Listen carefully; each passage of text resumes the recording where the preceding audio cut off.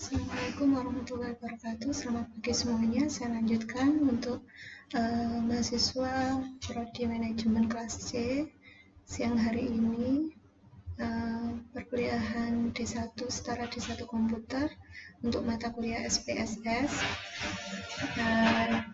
Saya lanjutkan tentang import dan ekspor database ke dalam SPSS. Jadi import database, fungsi dari import database ini adalah untuk mengubah file data dari format lain ke dalam format SPSS. Contohnya adalah misalnya kalian untuk data tugas akhir nanti ya sudah kamu inputkan di worksheet atau di spreadsheet ya di Excel.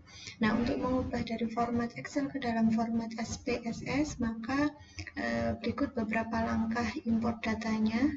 Ya, yang pertama, pastikan data yang ada di Excel yang akan diimport itu sudah dalam bentuk baris atau kolom ya, yang tidak ada yang disembunyikan atau di-hide. Jadi sama kayak kalau di anak informatika di mata kuliah database itu kan dituliskan dalam bentuk tabel.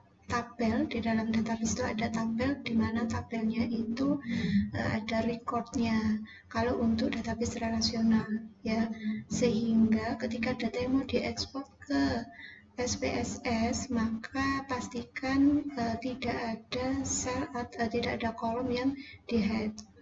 Kemudian buka aplikasi SPSS, lalu kamu klik file seperti yang sudah menjalankan bisa sambil diikuti, file, lalu klik open dan klik data.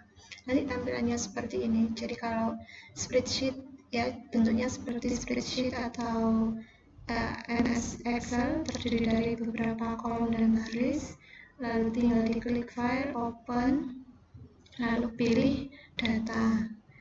Kemudian cari di mana lokasi penyimpanan file yang akan diimport atau dimasukkan ke dalam dokumen SPSS tadi, lalu dipilih formatnya apa. Kalau dalam bentuk Excel ya dipilih format Excel, kemudian kamu pilih open ya, nanti seperti ini tampilannya. Jadi sama kayak di dokumen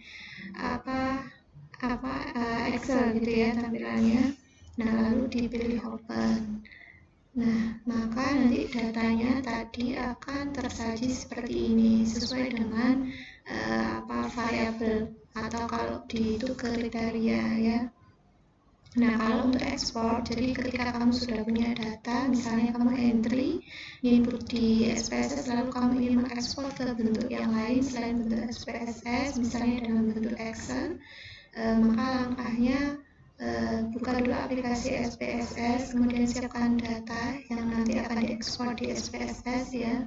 Misalnya ini datanya, setelah kita inputkan ada beberapa data dari hasil kita menyebar angket atau kuesioner. Nah, lalu klik file, kemudian kamu klik menu file, lalu kamu klik save as ya, maka tampilannya seperti ini. Tentukan pastikan format tipenya, kemudian pilih folder lokasi di direktori mana, di folder mana kamu menyimpan dokumen itu. Setelah itu tinggal di save as ya. Nah, nanti jadi sudah.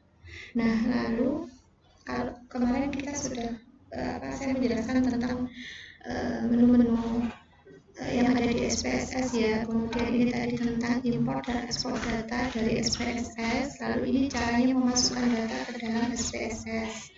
Sebelum minggu depan kita mulai dengan ada beberapa uji analisis untuk beberapa variabel yang ada di SPSS ya. Jadi misalnya nanti kamu tugas akhirnya membuat hipotesa, ada beberapa variabel, nah itu seperti apa, atau mencari keterkaitan hubungan antara variabel X dan Y atau variabel X, Y, dan Z misalnya, itu baru kita mulai minggu depan. Nah, bagaimana caranya memasukkan data ke dalam SPSS? Berikut ada contoh, misalnya adalah nilai PDRB tanpa migas pada tahun 2013 ya di beberapa kabupaten. Kamu lihat di sini datanya sudah tersaji dalam bentuk kolom dan baris. Diingat, di pertemuan sebelumnya Bu Wi sudah menjelaskan data yang mau diinputkan di SPSS harus sudah siap dalam bentuk M dan N. M itu adalah kolom, N adalah baris, ya. Dimana di sini kabupaten, pertanian, industri, jasa, dan jumlah ini adalah kolomnya atau kriteria yang mau kamu uji, yang mau kamu jadikan hipotesa. Kemudian baris, di sini beberapa nama kabupaten baris, ini adalah datanya. Maka tinggal kamu buka SPSS, kemudian kamu di SPSS ini kan ada dua menu ya, data view dan variable view. Data view di sini, menu data view untuk menginputkan data, ya. Kemudian variable view itu untuk mendefinisikan variabel. Nah, maka setelah kamu buka variable view, kamu definisikan dulu variabelnya, lalu buka data view memasukkan data. Maka ketika di variable view, kamu lihat ada beberapa variabel ini. Variabelnya adalah 1, 2, 3, 4, 5. Yang jadi variabel adalah kabupaten, pertanian, industri, jasa, jumlah. Lalu tinggal diinputkan, ya, jadi ini. Nah, ketika kamu buka variable view, maka akan tampil seperti ini, ya, name, type, weight, decimal, label, values.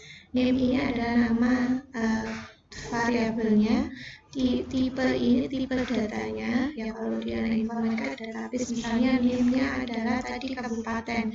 Kabupaten itu kan karakter, maka tipe datanya yang dipilih apa. Kalau misalnya date adalah tanggal lahir, maka tipe datanya yang berhubungan dengan date adalah misalnya ya date atau numeric misalnya. Kemudian weight di sini adalah panjang karakter untuk mengisikan, ya. Kemudian desimal bentuknya label dan value. Jadi ini ada 5 variabel, ya. Name, isi kabupaten, tipe, karena tipenya tadi adalah nama dalam bentuk karakter bukan angka, maka dipilih tipenya, ya. Cara pilih tipenya di gambar yang ikonnya seperti ini itu ya. Dari titik 3 dipilih tipe datanya string. Ya, kenapa string? Karena string ini simbol untuk karakter. Ya, lalu dipilih OK, kemudian kembali ke variable view. Untuk panjang karakternya diisi 15. Jadi kabupaten itu untuk misalnya Surabaya itu kan ada beberapa karakter S, U, R, A, B, A, Y, A, ada 8 misalnya. Nah, maka untuk mengantisipasi misalnya nama beberapa kabupaten yang panjang, maka di sini diisi 15, diisikan sesuai kebutuhan. Kalau di mata kuliah database informatika itu ada hubungannya, panjang karakter itu ada hubungannya dengan space memori yang ada di tempat penyimpanan. Nah, lalu untuk variabel-variabel yang lainnya, pertanian, industri, jasa, jumlah juga sama seperti itu. Nama variabel pertanian itu adalah angka, ya, datanya tadi, maka tipe datanya dipilih numerik. Kalau variabel industri karena dalam bentuk angka juga, maka tipe datanya numerik. Kemudian jasa, ya, karena variabel pertanian adalah angka, sama dipilih numerik dan seterusnya. Sehingga setelah diisi tipe seperti ini, ya, misalnya kabupaten, tipe datanya string, panjang karakternya 15, desimalnya 0, jadi nanti tidak dalam bentuk desimal, ya. Kemudian ini rata penulisannya, ya, di selnya.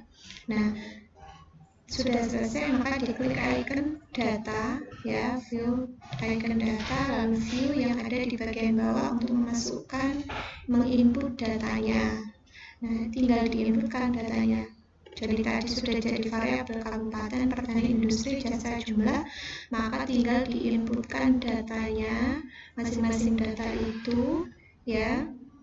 Kemudian di save, ya, disimpan. Cara menyimpannya sama tadi, kamu cari direktori mana yang hendak kamu simpan, folder dan dokumen ini, kemudian beri nama dokumen tadi sesuai, karena ini tadi adalah data PDRB non migas, Ya, maka untuk lebih mempermudah nanti pada saat searching, maka PDRB tanpa migas tahun 2013. Nah, itu contohnya. Itu di contoh yang pertama itu tidak ada pilihan kategori.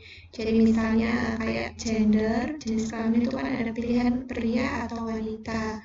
Kemudian pendidikan biasanya itu kan ada pilihan SMU, D3, S1, misalnya S2 atau S3. Nah, kalau misalnya ada pilihan karakter seperti itu, maka nanti pemilihan tipe datanya kita gunakan value, ya. Nah, ini ya, sesuai dengan apa?